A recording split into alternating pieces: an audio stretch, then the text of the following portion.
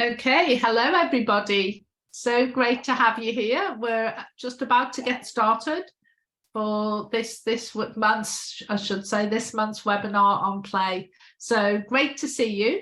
And we'll have maybe 20 minutes on the webinar, and then we'll have a Q&A. So if anybody has any questions or comments to make, we'll have time to go through them at the very end. So let's get started. I'll just share my screen. So as I say, this is about learning through play and how we develop lifelong learning skills through play. And we learn faster and more through play than we do any other way. And as you know, children learn so much faster than adults. I love this quote from Albert Einstein, which says, "Play is the highest form of research." And it does really lay strong foundations for all future learning and success. So please don't underestimate the value of what might seem to be, less than purposeful play. Through natural exploration, we learn more than we do through study or through being told or taught something. And this is what Te Whairiki has to say. And for anyone who's not in New Zealand, Te Whairiki is a world-class, world-leading curriculum for early childhood, and it's the New Zealand curriculum. And Te Whairiki says that by asking questions, by interacting with others and devising theories about how things work, and then trying them out and making purposeful use of resources, is play. As children engage in exploration, they begin to develop attitudes and expectations that will continue to influence their learning throughout life. So in summary, that's saying that the foundations we set in the early years is a great way of laying strong foundations for future success. And I'd like to add to that future success in learning, and life success, because it's future success in happiness too, and our view of the world. And that is because 90% of our brain is developed by the age of 5, which is really huge when you think about it. And all the neural pathways formed during this period influence every future decision we make in our lives. And it's interesting that we are essentially forming the brain of the adult in these first 5 to 7 years of life. And actually, things that influence the growth of the brain in this period can impact on every life decision that children make as they become adults. And the scary thing is, we don't even remember how or why we are being influenced. It just becomes part of our automatic subconscious response to life and situations. So this really is the most important stage in our development. And when children's brains develop, they kind of develop from the inside out. So you've got the brain stem, and then you've got the limbic brain, the mammal brain, they also call it as well, which is where we learn it's all our automatic responses, our emotional responses, and our innate human drivers. And then as the brain grows, it grows from the right brain to the left brain. Now, our right brain is all about emotions, feelings, images, intuition. And that's why anyone with a preschool children will know that children are highly emotional, because our right brain has the experience and is all about feelings and emotion, and our left brain makes sense of those experiences. So children are children. They will be emotional, they will be impulsive, and they might not have the level of self-control to control their behaviors or their interactions until sometimes beyond 8, until their left brain is much more developed. So sometimes we have to not sweat the small stuff and not get over emotional to our children's behaviors or actions at times, because simply a waste of time. Their brains are not yet sufficiently developed for them to always understand. So this is why a caring, nurturing, curriculum is critically important for healthy brain development and also for learning. And this again, it just stresses that early childhood experiences do impact how the brain develops, and as thus impacts the rest of our lives. So never underestimate the importance of the job that you do. And also, all education is self-education. So children are born with natural drives and instincts to learn. And you'll know this, we don't tell children to learn, and we don't say, you're going to learn this now, so sit and listen. Children learn through active exploration. We don't educate them. We need to provide them with the kind of environment where children can educate themselves. So if we do that, provide a whole range and depth of experiences and provide them with opportunities to explore the physical environment, explore relationships with other people, etc., then we're going to be giving them the very best start and the very best opportunities for learning. And again, this is the part of the brain that is responsible for self-regulation and for, I guess, learning in the sense of school type of learning. That's very much a left brain activity. For early childhood children, children in their early years, early childhood educators, we have to expect that children will be emotional and impulsive. They might not always think before they act because, again, they're not at that stage in their development. And also, I love this quote by Carl Jung, which is, the creation of something new is not accomplished by the intellect, but by the play instinct. That's the same for adults as well. The play instinct is all about curiosity, imagination, that driver that says, I'm curious about this, I'd like to learn more. And also, play is the natural vehicle through which children practice skills of practice the skills and values of their culture. So, and this is a quote by Peter Gray, who's an evolutionary psychologist, and he's done some amazing work on the innate human drivers of children, of humans. And he talks about this being a combination of 4 different characters, right? These are the characters of play, but they're also natural human drivers for every child, every young human. So play is self-chosen and self-directed. And we know that if we're interested in something ourselves, then we're more likely to engage in that experience and learn from it. It's a very positive, motivating way to actually engage in new experiences.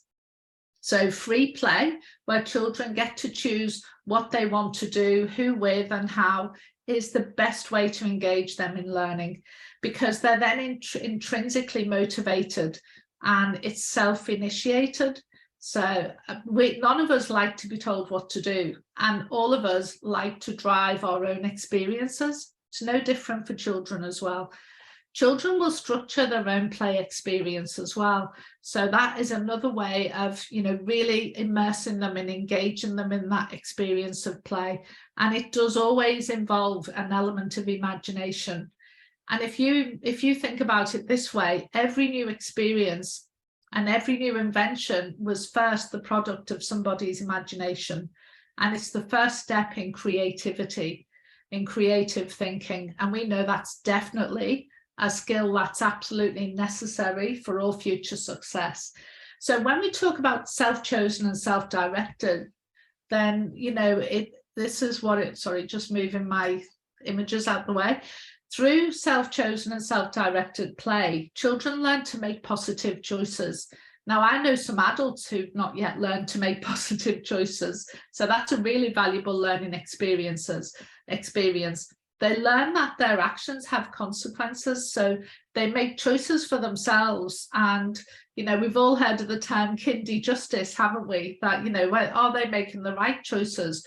Well, actually, let's find out, let's explore possibilities, and it either works or it doesn't. That's a consequence. Or if I do this, it might upset somebody and they might not like it, might not respond so positively. That's a consequence. It really is the best way to learn. They learn problem-solving skills. Things don't always work out the first time you try it, but through play, self-directed, self-chosen play, children learn to problem solve and to persist through difficulty in order to find a solution to life's problems. Again, an essential skill for anybody. Of course, the skill of negotiation, and also to direct their own learning and their own behavior. Controlling our behavior is such an important part of learning in the early years, for sure. And again, I know adults who struggle with that too. And play is intrinsically motivated. It's in that it's self-driven. It comes from within the child. So they're intrinsically motivated to experience that activity or engage in that experience. And it's self-initiated too. So in that, children take the initiative. They learn to lead. They learn leadership skills. They learn to be self-motivated. They learn independence. And these are all very positive dispositions for all future learning. And most importantly, they become learners, because by being intrinsically motivated and initiating their own learning experience, they get the reward of the success that they feel from that whole engagement and that whole experience. So they learn that learning is fun and learning is a good thing to do, because I have this great sense of achievement or fulfillment from that experience I've just had. And very often we as adults can be tempted to measure the result of a child's learning experience by what knowledge they hold. Its play is so much more important than that, because they're developing those learning dispositions that create lifelong learning attitudes. I think that's a good way of explaining it. So play is always structured, but it's structured by the children. And in that, they learn to take the initiative. Again, it's leadership, it's independence, really, really important. And you will get a copy of these slides. So some of them I'm just going through very quickly. And like I said before, the element of imagination, you know, to achieve success, every one of us needs to be comfortable with taking risks. Every time we enter a new relationship, we're taking a risk. Every time we decide to buy a new house or start a new job, or, you know, engage in anything new, we are taking a risk. So teaching children to be able to manage risk and make decisions is really important. And also to learn that failure is fun. We're going to fail many times before we succeed. And if we teach our children that it's bad to fail, then we're limiting their learning, and they are not going to become learners. We're going to, you know, actually, they'll lack confidence. So we want children to learn that failure is fun, and it just means that they failed the first attempt, and we need to try again. They develop communication skills too, and learn to collaborate and work with other people. And also exploration and understanding of the relationships, the connections with other people, other places and things is really, really important. And imagination is actually what distinguishes us from other mammals, and it's the highest form of human thinking. So, you know, never think, oh, it's just their imagination, or, you know, always value the role of imagination in play, and provide opportunities for children to use their imagination as well, because that's definitely a muscle that you want to grow. So if we look at the components of play, you know, we were talking about dispositions before, necessary dispositions for success: curiosity, playfulness, social play, planning. They're all positive dispositions for learning. And of course, the components of play too are the primary tools of the culture. Children will always be obsessed. Like for us right now, it's technology, isn't it? So if you've got a phone or you've got an iPad, you can guarantee your child will be absolutely keen to get their hands on that and to be engaging with that device themselves. And that's because that's part of the human programming. It's part of their innate human driver. If we went back a century or so, they might be completely obsessed with wheels, because that might have been the primary tool of the culture at that time. Children want what they see us having, and that's really important for their future growth and success. So it can be inconvenient at times, but do understand it's actually human nature that they will want that. So, you know, manage it as positively and sensitively as you can. And I love this quote by Albert Einstein: "I'm neither especially clever nor gifted. I am only very curious." And he was always known to have said that curiosity has its own reason for being. And it's one of the most important links towards intelligence and success in learning. So curiosity leads to knowledge, and playfulness leads to skills. So through curiosity, allowing children to follow their own curiosity and lead their own learning leads to knowledge. That's how they learn about the environment, they learn about relationships, they learn about people. But through that playfulness, that ability to play and engage, they're learning necessary skills. They're learning how to manipulate objects, which leads to being able to write. They're learning that words and symbols have meaning, which leads to being able to read. So all these skills they're learning through a play-based curriculum are actually setting them up for their future learning success. And when we talk, again, I've talked about this before, you know, that tools of the culture. This is why children are obsessed with technology right now. And when you think of what they need to learn to keep up with technological advances, at least enough to understand and engage in the world, you can see why that innate human driver is absolutely necessary for our future generation. And social play, of all the skills we've listed and everything we've talked about, being able to get along with other people is the most important skill of all. And that's because we are social animals and we become educated through our sociality. We educate ourselves through our interactions with other people and other situations.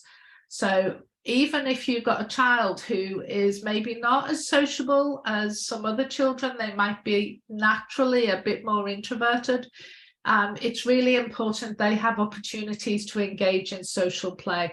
But for them, you might do it in a way that is less threatening to them, you know, maybe small group play, or build those relationships and connections slowly and gradually over time. So it doesn't mean everybody has to be highly sociable and the life and soul of the party. It just means the ability to get along with other people is really, really important. And of course, we talk about in play how there's an element of planning, where you'll hear children, if you observe them playing with other children, they'll be saying, you do this and you do that and I'll get this, you know, and they're planning the whole play experience. That in that way, or it might be solitary play, and they're using their imagination and manipulating objects and playing with animals, but there's always an aspect of planning on the child's part in that activity. And this is how they learn to gain cognitive control of their lives. You know, I'm going to plan this, I'm going to think about it, I'm going to act it, and in doing so, I've got control. So my mind can plan something, I can follow through, and that builds my confidence and my ability, my sense of empowerment and control over the world, which builds confidence as well. And most importantly of all is that through play, children learn about themselves. They learn that they are independent, they are clever, they do have control.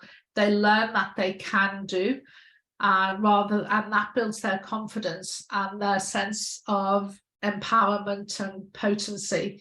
In learning that they've got an element of control in the world, then they believe it builds their confidence, and they can feel safe and assured that they can learn, they can engage, and they can be successful. So we do have this slide which gives you the next steps. Education Angels is a home-based education company. Our whole philosophy is around building children's sense of self, respect for themselves, respect for each other, and respect for the environment. And we would really love that every parent and every educator really understands what that means, but also we would really love to support anybody, all of you, to really do the best for your children. And in doing so, we offer webinars, we offer training, we offer playgroups and forest schools and lots of events in our local communities. So if you are interested in what we're doing, what we've got going on in your region, please do connect. You'll have a copy of these slides, our website there, our email address and our telephone number. So please do connect with us. We're always happy to support you and hear from people in our community. So on that, I will go to the next slide and just say, any questions? Does anybody have any comments or questions to make? We can go to a Q&A for 5 minutes, 10 minutes at the most.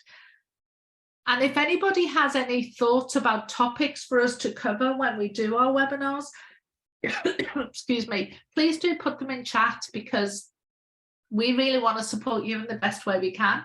So if anybody's struggling in any aspect with with their child, or with not knowing what to do in certain situations, not knowing what activities to provide, or what the best thing is to do for your child, we're always happy to help. So suggestions for webinars are great. Please do post them in the chat, or if anybody has any questions, then I'm happy to go through them with you now.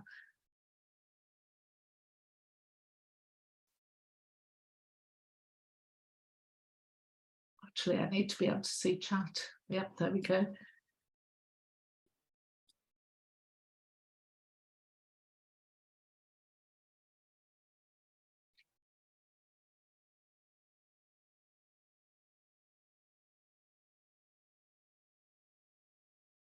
Are we all good?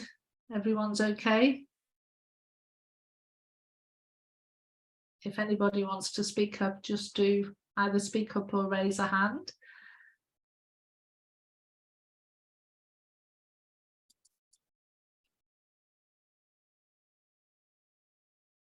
I'll go first, Angie, since I have so many observations now. Um, for example, my child really loves playing and exploring, but he still can't fight the urge to throw, even if to throw objects, even if we offer another way. What would be the best approach? What's another's approach for this? And we also have another question by Glenda afterwards. Okay, so it's an interesting one. It is an urge. It's natural for children to want to throw objects. I mean, if you think about it, that whole trajectory is they're learning that, about how it's basically physics. If you were to add a subject matter to it, they're learning about weight, they're learning about size, they're learning about their own, they're testing their own strength and their own ability to reach targets, etc. It's a natural human urge, so you're not going to stop it. What you can do though is you can redirect it, so provide opportunities where that urge can play out. So if you can, we do things like bean bags in upturned buckets to use as like a goalpost. So throwing safely, so just redirect so that desire to want to throw can still be, that itch can still be scratched, but it's in a safe way. And throwing games, lots of little things. So if you can't do it, if you don't have a big space or a big outdoor space you can go to for that urge to play out, then you can provide small games at home the way you can do that, like plastic balls into a bucket or through a hoop, or even with your laundry bin, tip that upside on its side and throw items into there. So your child can still have that experience, but in a safe way, and it will pass. So, but that will be replaced by other urges, other things that your child needs to experience. And some children are more are more inclined to more like physical activity than other children as well. So it really is about observing the individual child and giving them the opportunities to have the experiences they're craving, because it's their whole being that craves to do that. So you're definitely not going to stop it. So definitely channel it in a positive way. I hope that helps. Thank you, Angie. Yeah. And did you say you had another question? Oh, the question was from Glenda. She's trying to participate while in a public space, so we have missed bits. Will there be a recording I can watch in peace and concentrate, please? Yes, there will. We'll send out the slides and the recording. And for any of you who might be educators or teachers, you know, we will send certificates as well to all of those who attended. So thank you for being here, and thanks for your questions.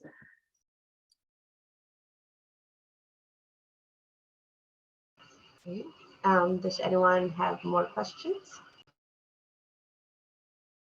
So our next webinar, just while we're here, is on how to reduce behavioural challenges. So one of the biggest challenges parents and educators face is sometimes, let's say, less than sociable behaviours from their child, or children not doing what you'd like them to do, or resisting doing what they should be doing. And it can be very stressful for parents and educators alike. So our next topic will be about how to reduce those behavioural challenges, how to support your child to follow rules, boundaries and structure, and maybe what to worry about, what not to worry about, because sometimes we worry quite a lot about things that we maybe shouldn't. So that'll definitely be covered in the next webinar. So if that's something you're interested in, great, maybe give a thumbs up, or do we need to review it and do different topics? We're definitely open to your feedback and what you'd like to see. Will you be covering topics about how to manage power struggles with your toddler? Yes, absolutely. Absolutely. Sometimes it's about managing the parents or educators' behavior as well, Sam. Because a power struggle is definitely a two-way thing. That's funny. Yeah. Please don't think I'm saying that you need behavior guidance, though. I'm not saying that at all. It's just first need to understand. Sorry, Angie, we have another question from Glenda. Have you presented on the importance of drawing preceding writing? I have frequent conversations with parents on this. No, we haven't, but we can do one. So we'll add that to our schedule for sure. And we probably, yeah, it's so important. And again, it's very interesting, because a lot of parents, understandably so, I'm not making any parents or educators wrong here, but many of us worry about how to teach our children to read and write, when actually teaching them to read and write starts from when they're babies and is a journey right through to, you know, school and beyond. So it's, if we get them early skills, those, you know, mark making skills for toddlers is where it starts. So, you know, if we can develop those skills early on, children are intrinsically motivated to want to read and write. It's a bit like the tools, the tools of the culture. You know, they see us reading and writing. If they see you reading and writing, they'll pick up books, learning to turn the page from left to right, or, like I said, mark making skills, or finger tracing, things like this. They're all absolutely necessary skills for then children being able to read and being able to write. So we can definitely cover that off for sure. Thanks for that one, Glenda. Another question from another comment from Marty Mello. It would be great to get a webinar on behaviors, as we are often challenged with these kinds of behavior on a daily basis. Mine just And if happened it right helps now. you feel, yeah, if it helps you to feel any better, you are just like every other parent. Every parent is challenged with managing children's behavior or guiding children's behavior. And sometimes it's because we worry so much because we want our children to be liked by other people. We want our children to be sociable and to get along with other people. So sometimes the challenge is we maybe are expecting too much of them in that moment of time. And sometimes it's that the child needs to be supported to learn different strategies and to self-regulate. So, and more often than not, it's a combination of the two. So the next webinar next month will definitely be helpful for you, for sure. And we tend to do a couple over the year on behaviors because it's such a popular and relevant topic. And we, yeah, so definitely watch this space, and you'll be in our mailing list because you're on this webinar, so we will be letting you know when that webinar is happening. Another comment from Glenda. Yes, please. Drawing is undervalued and not understood role in the development process. Yes, absolutely. And you know, in part of that as well, it's developing the hand-eye coordination as well. So you know, it's there's a lot to that, Glenda, as you well know, it seems, but it is often undervalued for sure. And you know, for any educators who worry about having messy resources, any parents who worry about you know, keeping the home nice and not having too much mess, there are ways that you can teach children how to paint, how to draw, and you know, to be artistic in their thinking that don't necessarily involve lots of colored paint all over the place. You know, chalk is a great one. Finger tracing in sand, tracing letters, actually with your finger, I should say, not on paper. And you know, washable pens and crayons. There's paintbrushes with water on a warm day in the sun and the water just evaporates off. There's so many different ways you can do it, and so many ways you can engage in that activity that are for free as well. So we can talk about that when we cover that off, Glenda, and maybe you can come up with some ideas for us as well. It seems to be something you're interested in, so we're always happy to spotlight anybody on the webinar. Glenda says, especially where creativity is being practiced and nurtured before the formality of writing. I agree. Yes. I can't see that, Sam. Thanks for reading that out, but that's so true. Did I cut you off, Sam, with my enthusiasm? Sorry. No, no, that was it. That's a really good point, Glenda. Yeah. And things like that don't have to cost a lot of money. You don't have to have like a real fancy setup. It's using the things that are around the home.